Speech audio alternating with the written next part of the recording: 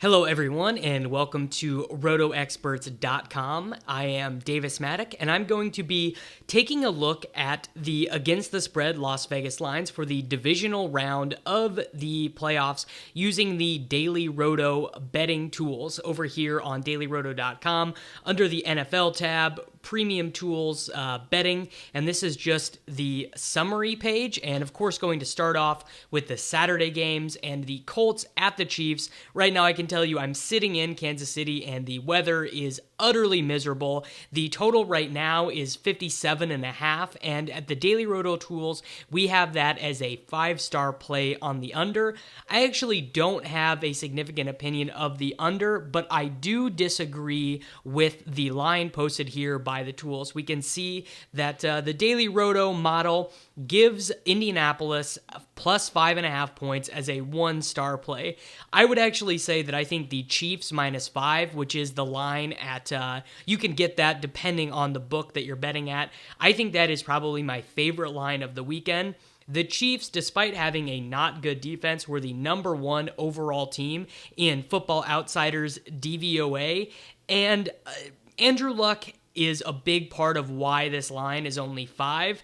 If Andrew Luck was not as popular of an athlete as he was, I really think that this KC line would be, -7 or so. And I really think that Patrick Mahomes, only the second quarterback ever to have 5,000 passing yards and 50 touchdowns in 1 year, really applies the pressure. We also have the narrative of Andy Reid off of a bye week. Generally, in those circumstances, his teams do very well against the spread, put up a lot of points, and he's got Andy Reid. Another thing to note is that the Colts play too high, which is basically 2 high safeties in a zone at a higher clip than any other team in the NFL. Patrick Mahomes leads the NFL in explosive plays against zone coverage. This is going to be a bloodbath, folks. Chiefs -5, take it to the bank. Cowboys versus the Rams. The Daily Roto tools give the Rams a 70.5% chance of winning this game. However, they do seem to think that there is a play on the over at 2.5 stars and think that Dallas plus 7 points is a 4-star play, which I do agree with.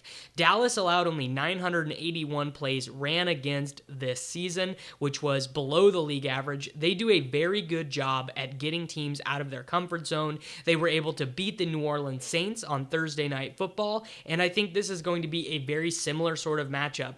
The Rams are going to have to try a lot of different things to get Dallas uncomfortable defensively, and the Rams defense does really good at getting internal pressure with Aaron Donald and Ndamukong Suh, but their edge rush not nearly as strong. They don't have any edge rushers who are at an all-pro, all-NFL, Pro Bowl level.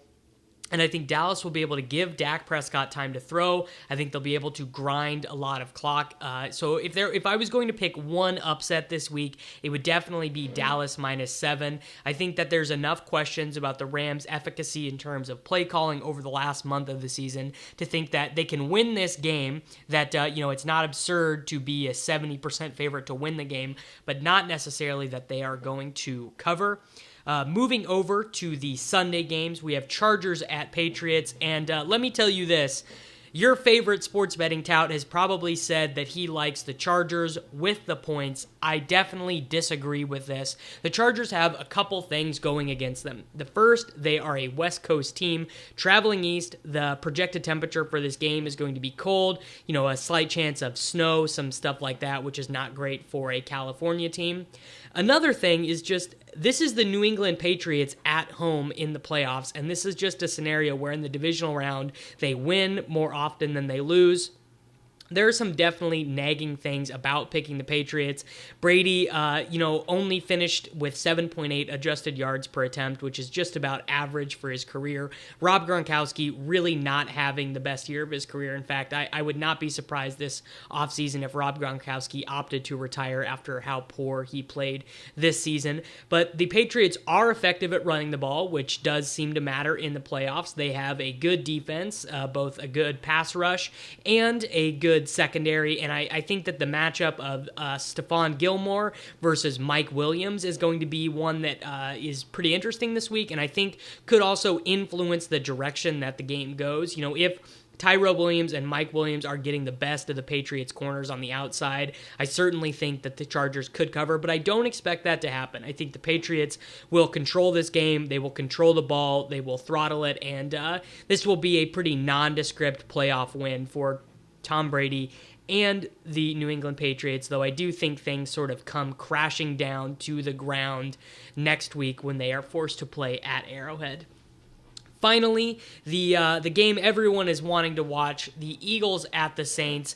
BDN, St. Nicholas, everyone wants Nick Foles to repeat his fairy tale story from a season ago, lead the Eagles over the Saints, lead the Eagles over the Rams, and win a Super Bowl. And I have to say, I just am not super optimistic about it happening.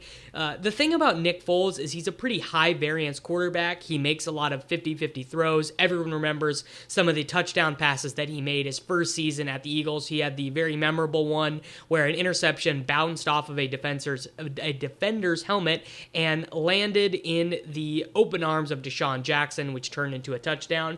And Foles has had a lot of throws like that over his career because he does do a good job of letting his guys go up and win. He is willing to test the defense, and I could see a high variance style like Nick Foles playing being a good thing for a road underdog to do going into the Superdome, but there just are really not less favorable situations in football than going in to play Drew Brees at the Superdome off of a bye.